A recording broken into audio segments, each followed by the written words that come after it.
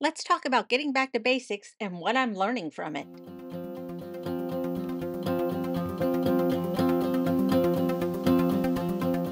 Hello, fellow geeks, and welcome back to Running Geek Girl. My name is Heather, and I am glad you are here today. Now, if you have been watching, especially on Strava or some of my training videos, then you'll know that for the past few weeks, I have been getting back into 5K training, not for myself, but because my 10, soon to be 11-year-old would like to learn to run a 5K and kind of increase some of his athletic abilities as well. So, since I know him pretty well, I know that he would not do well with just a regular couch to 5K trainer, and so instead we've been using the Zombies Run 5K trainer because it gives you a story and a reason to run and some characters to get into and discuss, and that just kind of makes your training a little bit more interesting. So for his 10 to 11-year-old mind, then that's definitely going to be something that's going to make him want to progress in his running. Now, I've been doing some recovery and starting some rebuilding after running a 50-mile ultra, and so this has been kind of a switch for me in trying to look at my running in a different way, because I'm going all the way back to where I first started, which was with the Zombies Run 5K app, way back when he was just a toddler. So I thought, with me being several more years into my running and taking a step back to where I first started with someone who was also first starting in their running, I thought I would share with you 5 things that I've noticed in just returning to the basics that I think will help my running going forward. Be sure to stay tuned to the end, because I think the last one we discuss is going to apply to everyone, no matter where you are in your running program. Number 1, have an appreciation for the fundamentals. Now, since this is starting out very, very slowly, as Couch to 5K programs do, then we're spending more time running slowly and then walking and then working on some other strengthening exercises in order to get us ready for the next step of the 5K program. And so with being able to slow down and not have to worry about pace and hitting certain marks and things like that for a longer distance, I'm able to look at things just step by step.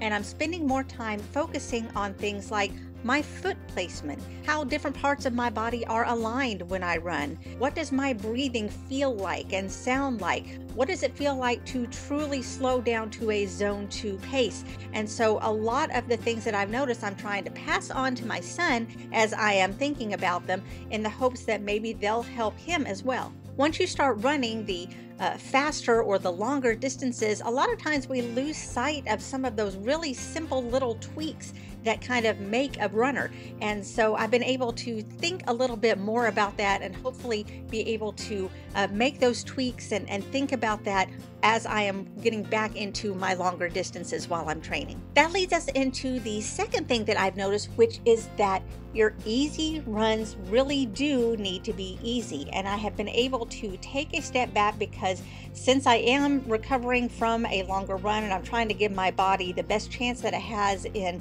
repairing itself before I start pushing myself again, I've found myself looking more at what it means to do an easy run.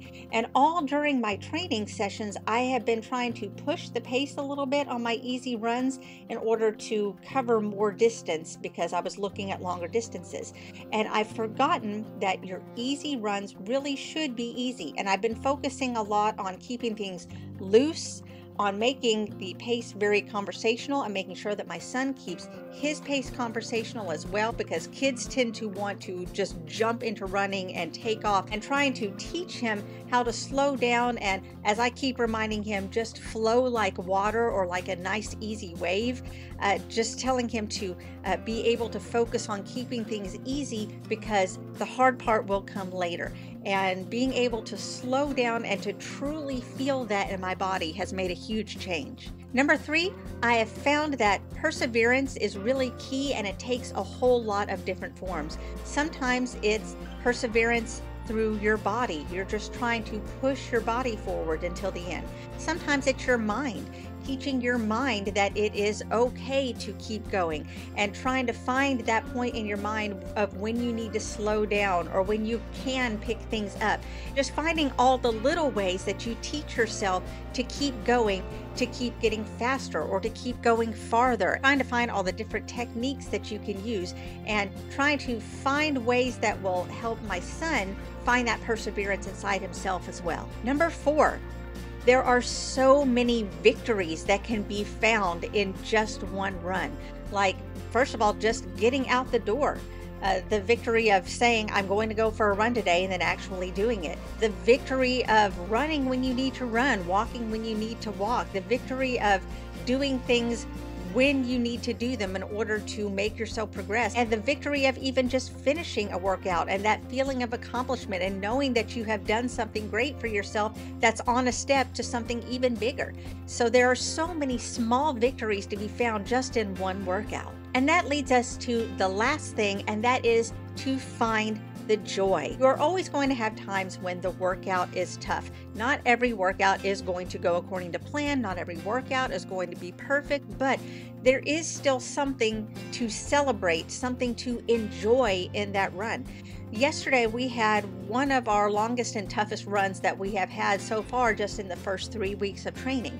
And to be able to see my son celebrate just the little things that he was able to do, and just seeing him enjoy putting the work in, or just the two of us enjoying having time together and talking and discussing music and video games and all sorts of things like that.